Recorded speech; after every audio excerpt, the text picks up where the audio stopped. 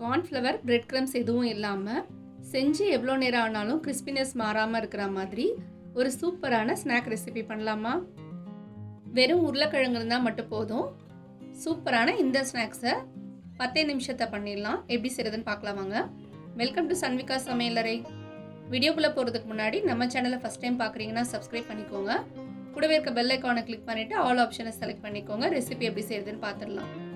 ஒரு குக்கரில் 3லேருந்து 4 medium size கிழங்கு இந்த மாதிரி கட் பண்ணி சேர்த்துக்கலாம். தண்ணி ஊற்றி 3லேருந்து 4 விசில் வச்சு எடுத்துக்கலாம்.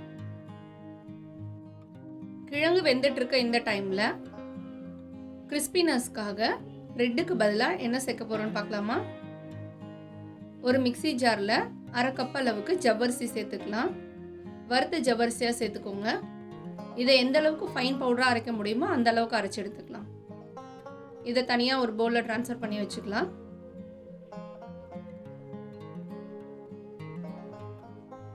இப்போ அதே ஜாரில் 1/4 கப் அளவுக்கு வேர்க்கடலை சேர்த்துக்கலாம். இதை தோலோடையும் சேர்த்துக்கலாம், தோல் இல்லாமலும் சேர்த்துக்கலாம். இதையும் இந்த அளவுக்கு நல்லா அரைச்சி எடுத்துக்கலாம். இப்போ வேக வச்ச உருளைக்கிழங்க தோல் உரிச்சிட்டு நல்லா மசிச்சு எடுத்துக்கோங்க. எந்த அளவுக்கு மசிக்க முடியுமோ அந்த அளவுக்கு மசிச்சுக்கலாம். இதில் அரைச்ச ஜவ்வரிசி மாவு, அரைச்ச வேர்க்கடலை பொடி, 1 டீஸ்பூன் பொடியா துருவன இஞ்சி, 1/2 டீஸ்பூன் சீரகம், காரத்துக்காக ஒரு பச்சை மிளகாவை நல்லா பொடியா நறுக்கி சேர்த்துக்கலாம். கொஞ்சமா நறுக்கின கொத்தமல்லி சேர்த்துக்கலாம். ஃப்ளேவருக்காக 1/2 டீஸ்பூன் சில்லி ஃப்ளேக்ஸும் ஆரிகனோவும் சேர்த்துக்கலாம். தேவையான அளவு உப்பு போட்டுக்கலாம். 1/2 டீஸ்பூன் லெமன் ஜூஸ் சேர்த்துக்கலாம். ஃபைனலாக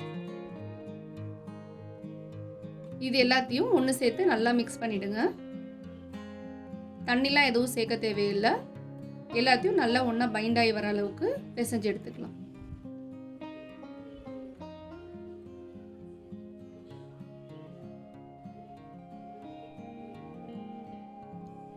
இந்த அளவுக்கு மாவை நல்லா பிசைஞ்சு கொடுத்ததும் இதுலேருந்து கொஞ்சம் கொஞ்சமாக சின்ன சின்ன உருண்டைகளாக எடுத்து உங்களுக்கு எந்த ஷேப் பிடிக்குமோ அந்த ஷேப்பில் இதை உருட்டி எடுத்துக்கலாம்.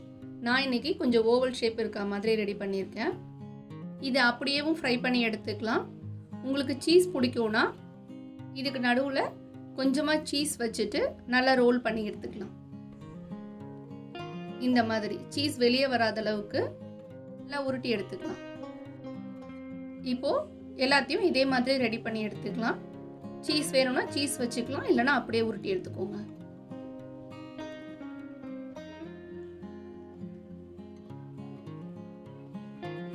எல்லாமே இந்த மாதிரி ரெடி பண்ணி வச்சதும் எண்ணெயை நல்லா ஹை ஃப்ளேமில் சூடாக வச்சுக்கோங்க.